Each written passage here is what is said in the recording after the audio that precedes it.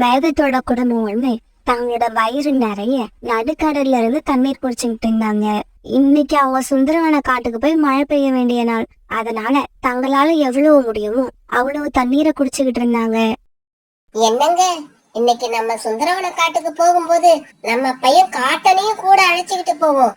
அவனும் நம்ம கூட வந்து வாழ தேவையான எல்லா விஷயங்களையும் தெரிஞ்சுக்கிறது அவசியம் தானே? அப்படியெல்லாம் இல்ல.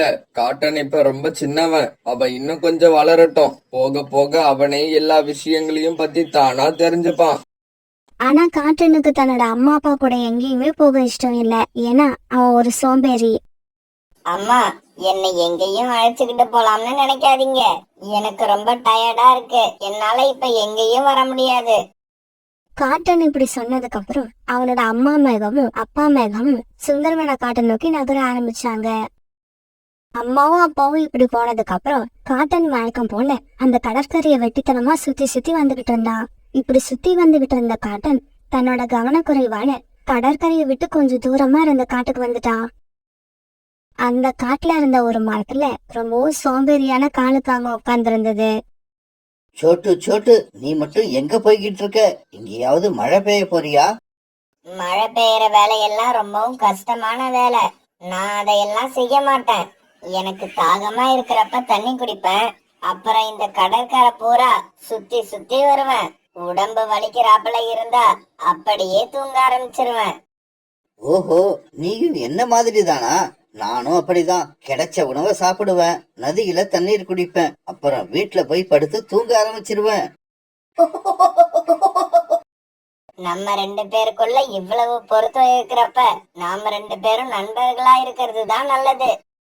இந்த மாதிரி உலக மகா சோம்பேறியான காலுக்காகத்துக்கு எந்த வேலையும் செய்ய விரும்பாத காட்டன் ஃப்ரெண்ட் ஆயிட்டான். அதே காட்டுல சோனா குருவி தான் பொண்ணு பியூட்டி கூட வாழ்ந்து வந்துச்சு. அந்த காட்டுல சோனா குருவிக்கு சொந்தமா 2 ஸ்ட்ராபெரி மரங்கள் இருந்தது.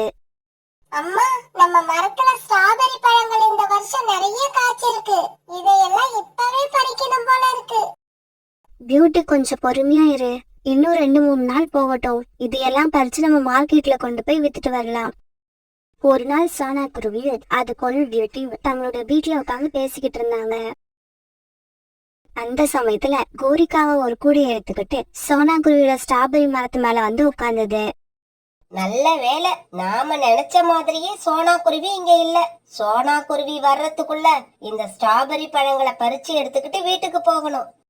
இப்படி நினைச்ச கோரிக்காவும் பிறகு அவசர அவசரமா ஸ்ட்ராபெரி பழங்களை பறிச்சு தன்னோட கூடையில போட ஆரம்பிச்சது. தன்னோட வீட்டுல உட்கார்ந்து இருந்த சோனா குருவி தூரத்துல இருந்த தங்களுடைய ஸ்ட்ராபெரி மரங்களோட கிளைகள் ஆடிக்கிட்டு இருக்கத பாத்துருச்சு. பியூட்டி, நம்ம ஸ்ட்ராபெரி மரத்துல யாரோ உட்கார்ந்து இருக்க மாதிரி தெரியுது. நான் போய் அது யாருன்னு பாத்துட்டு வந்துடுறேன். இப்படி சொன்ன சோனா குருவி உடனே வேக வேகமா பறந்து தன்னுடைய ஸ்ட்ராபெரி மரத்துக்கு போச்சு. கோரியக்கா, உங்களுக்கு வெக்கமா இல்ல? இந்த மாதிரி திருட்டுத்தனமா வந்து மரத்துல இருந்து பழங்களை பறிக்காதீங்கன்னு உங்களுக்கு எத்தனை தடவை சொல்றது? முதல்ல இடத்த காலி பண்ணுங்க. சோனா, கோவப்படாத. எனக்கு ரொம்ப பசியா இருந்தது. அதனாலதான் 2 பழங்களை சாப்பிடலான்னு வந்தேன். நிறைய பழங்களை பறிச்சு வச்சுக்கிட்டு இந்த மாதிரி பொய் பேசுறது ரொம்ப கேவலமா இருக்கு. இன்னும் ஒரு தடவை நான் உங்களை இந்த பக்கம் பார்த்தேன், அதுக்கப்புறம் வாயால பேச மாட்டேன். கையில கிடைக்கிறத எடுத்து அடிக்க ஆரம்பிச்சிடுவேன். இது மட்டும் இல்ல, உங்களோட இந்த திருட்டு புத்திய பத்தி காட்டுல உள்ள எல்லா பறவைங்க கிட்டயும் சொல்லிடுவேன். சோனா, தயவு செய்து சத்தம் போடாத. நான் இதுக்கப்புறம் இந்த பக்கம் வரவே மாட்டேன். இப்படி சொன்ன கோரிக்காவும் பிறகு அந்த கூடையை எடுத்துக்கிட்டு அங்க இருந்து கிளம்ப பார்த்தது. கோரியக்கா, அப்படியே நீங்க அந்த கூடையை இங்கேயே வச்சுட்டு வேணும்னா சாப்பிடறதுக்கு 4 பழங்களை மட்டும் எடுத்துக்கிட்டு இடத்த காலி பண்ணுங்க. பிறகு தான் எடுத்துட்டு வந்த கூடையை அங்கேயே வச்சுட்டு கோரிக்காக தன்னோட வீட்டுக்கு பறந்து போச்சு. கோரி, உன் முகத்தை பார்த்தா ரொம்ப கோபமா இருக்காப்புல தெரியுது. ஏதாவது திருட்டுத்தனம் பண்ணி யார்கிட்டயாவது மாட்டிக்கிட்டியா? காலுஜி, அந்த நோஞ்சா சோனா குருவி இருக்குல்ல, அது இன்னைக்கு என்ன பார்த்து பெரிய பெரிய வார்த்தையெல்லாம் பேசிடுச்சு. பசியா இருக்குன்னு அதோட மரத்துல இருந்து 2 பழங்களை பறிச்சு சாப்பிட போனேன். அதுக்கு போய் என்ன திருட்டு பட்டம் கட்டி அனுப்பிடுச்சு. அந்த நோஞ்சாங்குருவிக்கு இவ்வளவு துணிச்சல் வந்துடுச்சா? என்னோட மனைவின்னு தெரிஞ்சதுக்கு அப்புறமும் உன்னை அவமானப்படுத்துச்சுன்னா இதுக்கப்புறம் அந்த நோஞ்சாங்குருவிய சும்மா விடக்கூடாது.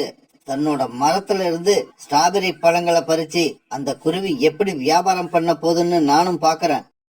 காலுஜி, உங்ககிட்ட எனக்கு ரொம்ப பிடிச்ச விஷயம் என்னன்னா, நமக்குள்ள எவ்வளவுதான் சண்டை இருந்தாலும் எனக்கு ஒரு அவமானம்னா வரிஞ்சு கட்டிக்கிட்டு உடனே வந்துடுறீங்க. ஐ லைக் இட் காலிஜி, ஐ லைக் இட்.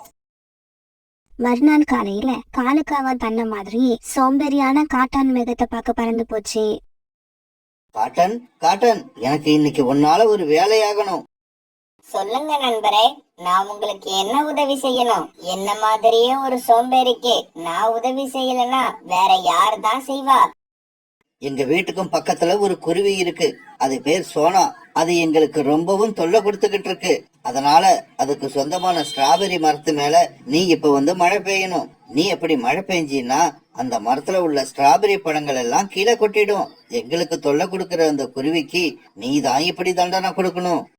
இங்க பாருங்க நண்பரே, நான் ஒரு சோம்பேறி. எனக்கு பொதுவா மழை பெய்யறதுல ஆர்வம் கிடையாது. இருந்தாலும் என்ன மாதிரி ஒரு சோம்பேறி நண்பருக்கு உதவி செய்யறதுக்காக இப்ப நான் மழை பெய்யறதா முடிவு பண்ணிட்டேன். நான் பெய்யற மழையால மரத்துல உள்ள பழங்கள் கீழே கொட்டுறத பார்த்துட்டு அந்த குருவி அழணும்.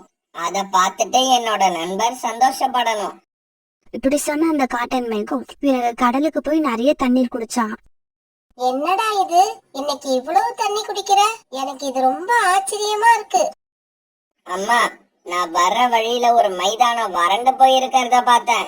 அங்க இருந்த பூக்கள் எல்லாம் ரொம்பவும் வாடி போயிருந்தது. அதனால நான் இந்த மைதானத்துக்கு போய் மழை பெய்ய போறேன். இப்படி தன்னோட அம்மா கிட்ட போய் சொன்ன அந்த காட்டன் மேகம் பிறகு சோனா குருவியோட மரங்களை தேடி போக ஆரம்பிச்சது. ஆமா, நம்ம பையன் காட்டன் எங்க போயிருக்கான்? ஒரு மைதானம் ரொம்பவும் காஞ்சி போயிருக்கிறதையும் அதுல உள்ள பூக்கள் எல்லாம் வாடிக்கிட்டு இருக்கிறதையும் நம்ம காட்டன் பார்த்துட்டு உடனே அங்க மழை பெய்யறதுக்காக தான் இப்ப அங்க போயிருக்கான். ஆமா, எனக்கு தெரிஞ்சு இந்த பகுதியில எந்த மைதானமும் கிடையாது. இங்க பாருங்க, அந்த மைதானத்தை நீங்க பார்க்காம இருந்திருக்கலாம். அதுக்காக என் பையன் சொன்னது பொய்யாகாது. காலுக்காக முன்னால பறந்து போக காட்டன் மேகம் அது பின்னாலேயே போச்சு. பிறகு சோனா குருவியோட ஸ்ட்ராபெரி மரங்கள் கிட்ட போன காட்டன் மேகம் அந்த மரங்கள் மேல மழை பெய்ய ஆரம்பிச்சது. அங்க இருந்து கொஞ்ச தூரம் தள்ளி இருந்த ஒரு மரத்துல உட்கார்ந்திருந்த காகங்கள் 2 பேரும் சோனா குருவியோட மரத்துக்கு மேல இப்படி மழை பெஞ்சுக்கிட்டு இருக்கத ரொம்ப சந்தோஷமா பார்த்துக்கிட்டு இருந்தாங்க. பியூட்டி, இந்த சமயத்துல இப்படி மழை பெய்யவே கூடாது. இந்த மழையால நம்ம மரத்துல இருக்கிற எல்லா பழங்களும் கீழே விழுந்துடும். அம்மா, மழைக்காலம் இன்னும் வரவே இல்ல. அதுக்குள்ள எந்த மேகம் வந்து நமக்கு இப்படி கஷ்டத்தை கொடுக்குது? பியூட்டி, ஏதாவது ஒரு மேகம் வழி தவறி இந்த பக்கம் வந்திருக்கலாம்னு நினைக்கிறேன்.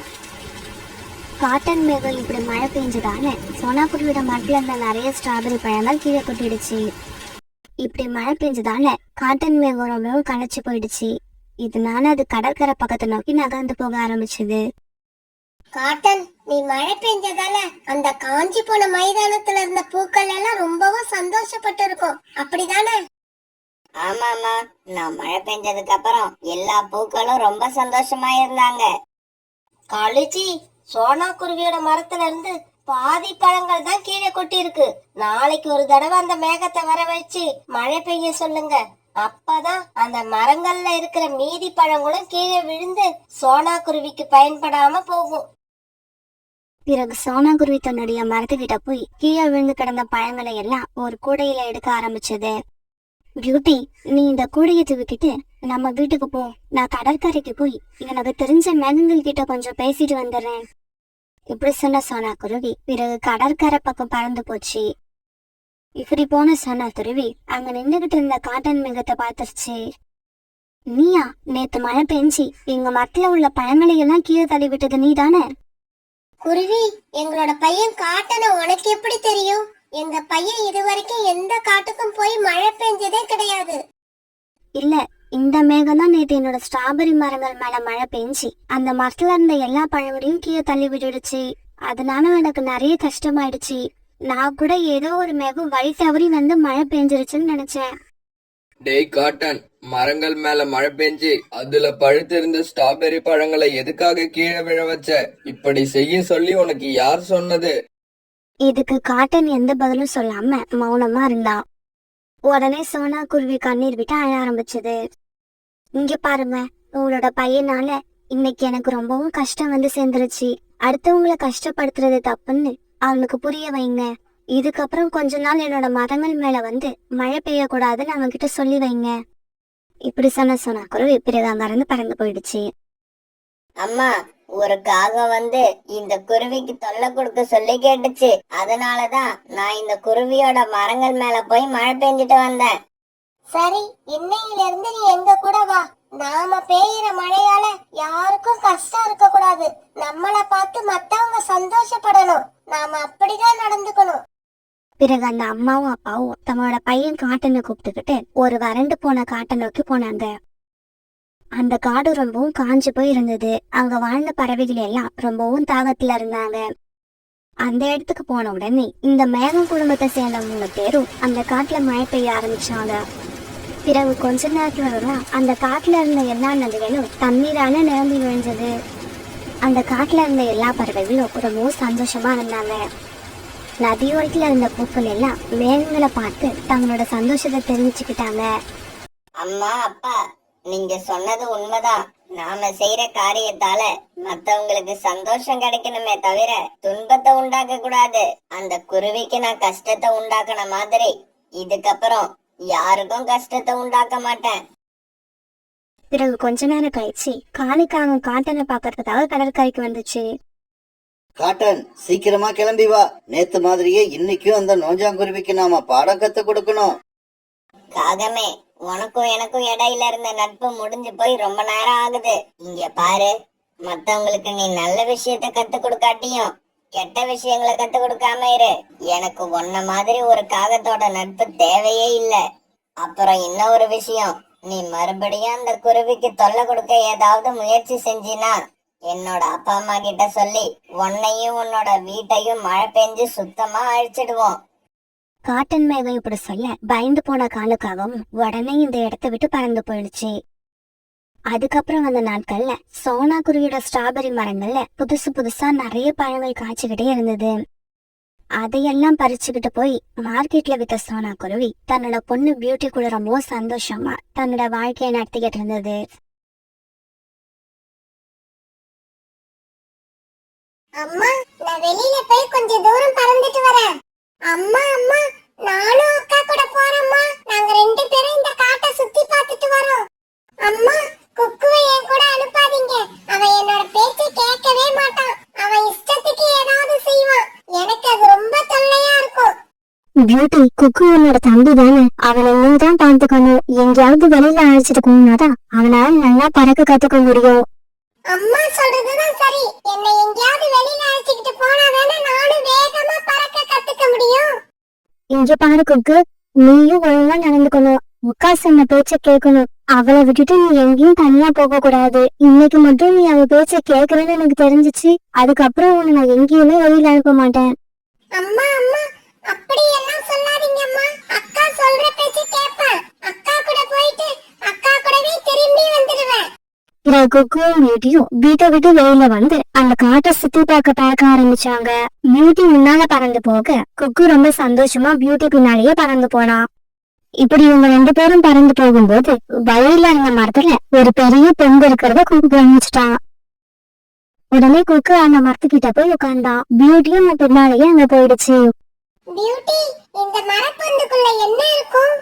இந்த மரப்பந்துக்குள்ள ஏதாவது பறவைகள் கூடு கட்டி இருக்கலாம். ஒருவேளை இந்த பொந்துக்குள்ள பாம்பு கூட இருக்கலாம். எல்லாத்துக்கும் சான்ஸ் இருக்கு.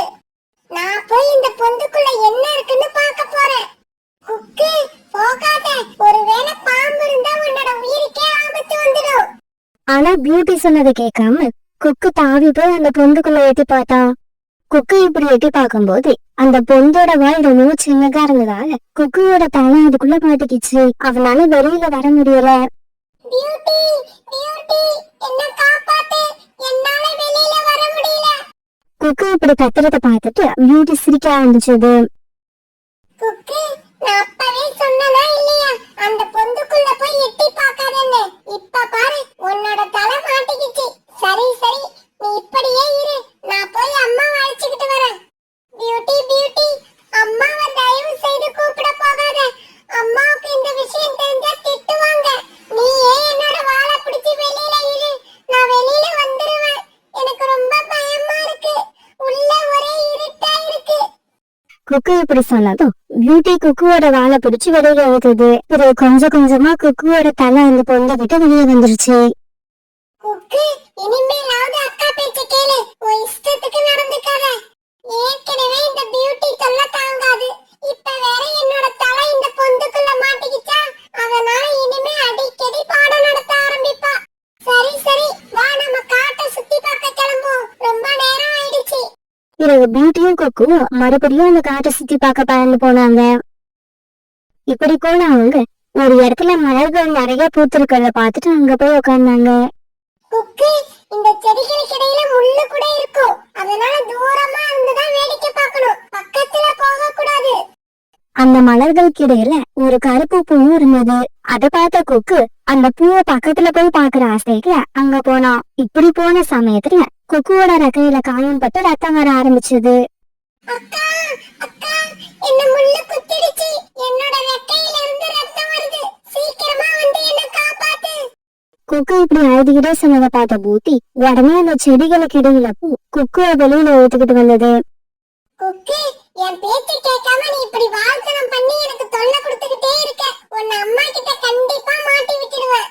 அக்கா, இனிமே நான் இந்த மாதிரி வால்தனம் பண்ணவே மாட்டேன். தயவு செய்து இந்த விஷயத்தை அம்மா கிட்ட சொல்லிடாதக்கா.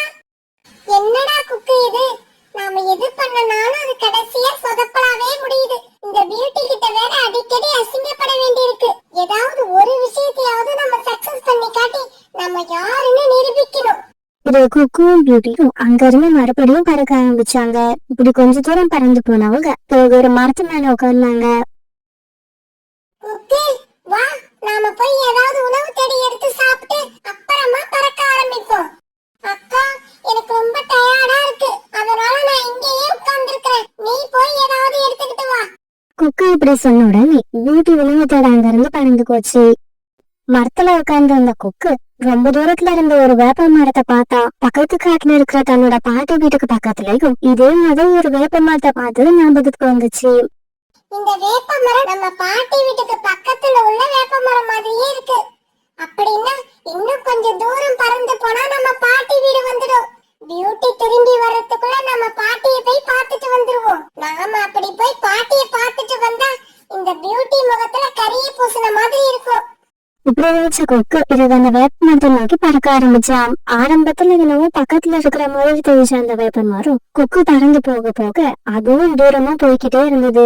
இப்போ ரொம்ப தூரம் பறந்து போன கொக்கு வழியில பெரிய பெரிய மரங்கள் குறுக்க வந்ததால அந்த வேப்ப மரத்தை பார்வையில இருந்து தவற விட்டுட்டான். அதனால வழி தவறி போன கொக்கு வேற ஒரு காட்டுக்கு போய் சேர்ந்துட்டான். இந்த சமயத்துல ஒரு பழத்தை எடுத்துக்கிட்டு மறுபடியும் திரும்பி வந்த பியூட்டி குக்கு அந்த இடத்துல காணாம அதிர்ச்சி ஆயிடுச்சு. குக்கு, குக்கு, நீ எங்க இருக்க? சீக்கிரம் இங்க வா. அக்கா பழம் எடுத்துக்கிட்டு வந்துட்டேன். இந்த சமயத்துல ரோனி குருவி அந்த பக்கமா பறந்து வந்துச்சு. அத பார்த்த பியூட்டி ரோனி குருவிய வழி மறைச்சு இப்படி பேச ஆரம்பிச்சது. ரோனி ஆண்டி, குக்குவை எங்கேயாவது பாத்தீங்களா?